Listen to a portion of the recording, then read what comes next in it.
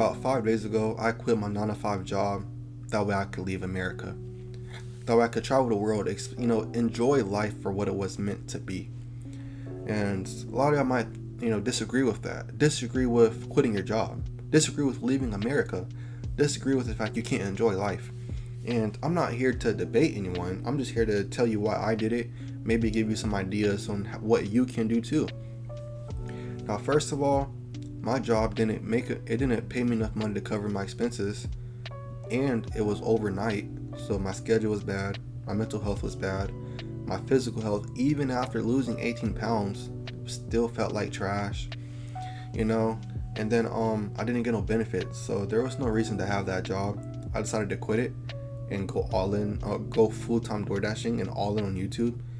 It's worked because I've been really consistent. I've posted 6 videos over the last 7 days.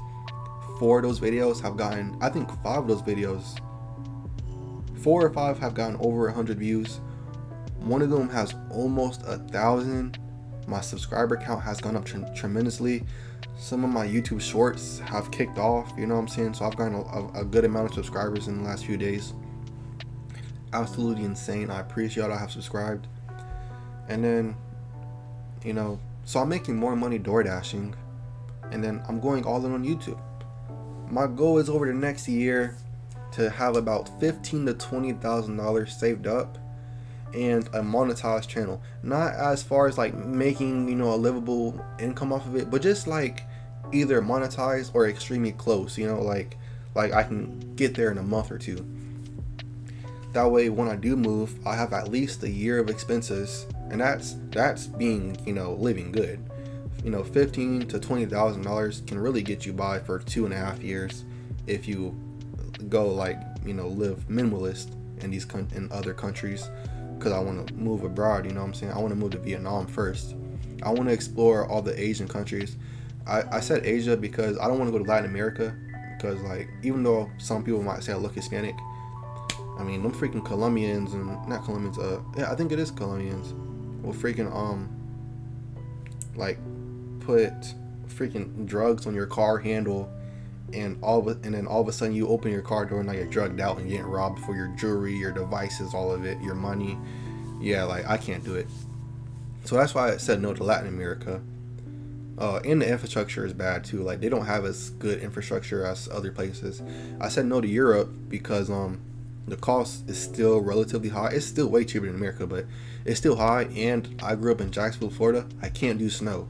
I cannot do snow. Can't do the cold. When it gets 50 degrees outside, I start getting mad. I like hot. I like hot weather year round. That's why I said Asia is probably the best for me, because it's cheap. Infrastructure is still being upgraded. There's some good infrastructure. The ones that's not good is being upgraded as we talk. And the weather fits my lifestyle, so I chose Asia. So my first place is gonna be Vietnam.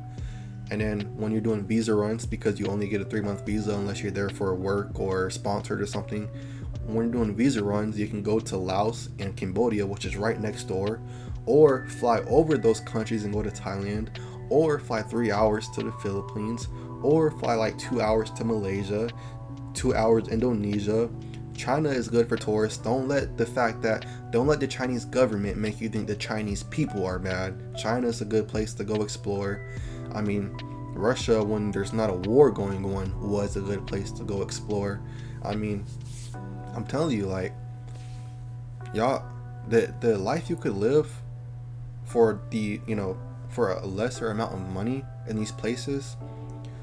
So basically, I'm making more money doing DoorDash, and I'm going all in on YouTube.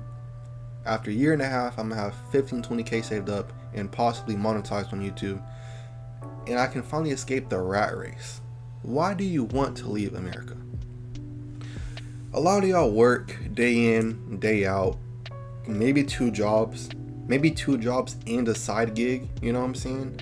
While still being paycheck to paycheck, living minimalist, not being able to afford health insurance. If your arm breaks, 50 bands, bankruptcy instantly. You know what I'm saying?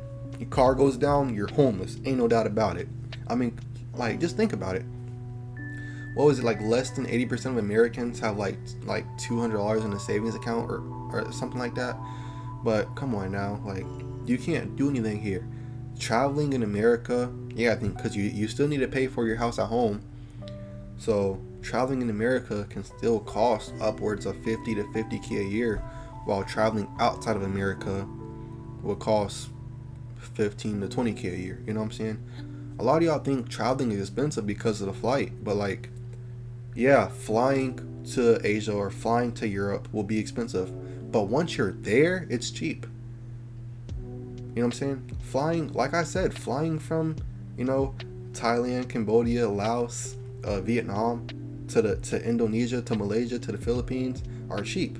Even flying in Europe, flying from you know what I'm saying, Romania to whatever, that's cheap too.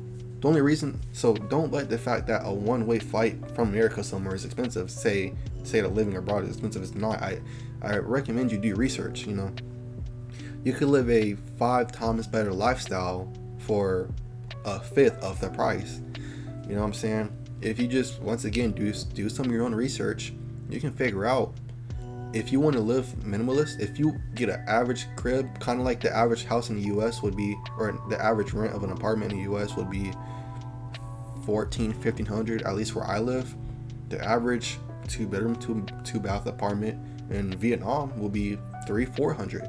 Now if you want to go top notch, you know what I'm saying, high rise, penthouse, rooftop, infinity pool, hot tub, room service, maids, gym, you know what I'm saying, freaking pet hotel at the bottom, all this included in the same one price, 800-900, maybe upwards of 1,000 a month.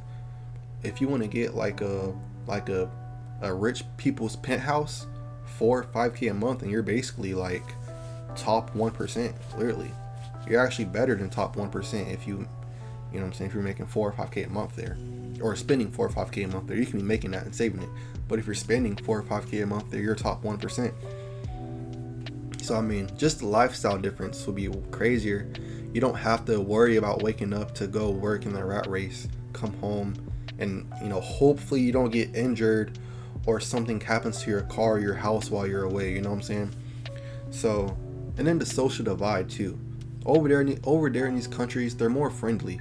You know, yeah, there was a guy that commented on my video yesterday, and I appreciate your comment. You know what I'm saying? But he was talking about, he agrees with what I'm doing. He just wanted me to be sure, you know, be aware that, you know, not everyone that smiles is your friend. You know, the risk, all of this stuff, and I get it. But at the end of the day, when most people are more friendly than America, yes, there's gonna be people that don't, you know, necessarily like foreigners. But first of all, I'm light skinned, gang. I blend in everywhere. I'm kidding. But you know, I'm willing to take the risk that, hey, most people are nicer. In America, everyone hates each other. Girls hate guys just because guys try to be masculine, you know, like their biology made to do. Freaking politics, religion. Every time someone gets in trouble, they blame it on race. I mean, all this stuff. It's just honestly insane. The culture, the fact that they destroyed a nuclear family. Now the government indoctrinates your kids in school. The fact that college has become feminized, a feminized liberal school system. So now when you go to college, you know what I'm saying? I've literally been seeing videos of guys who go to college, like during last year's election.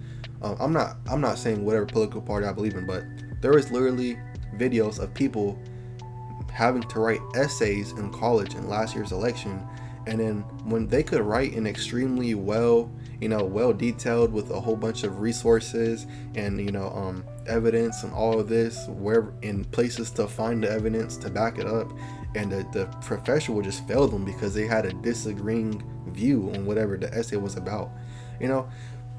It's crazy. The social divide is insane.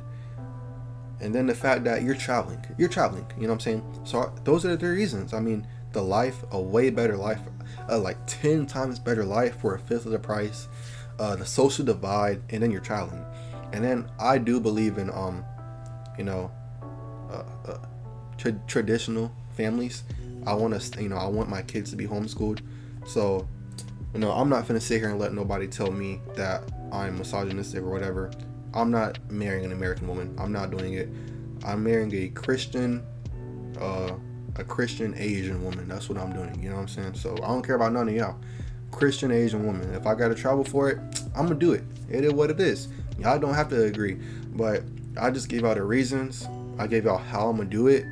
I mean, maybe you can take something and implement it into your life. Maybe if your lease is finna end too, you could look into living with someone else. I mean, just look up statistics. There's a big surge in people living in storage units, living in their cars, living in their parents, moving with friends.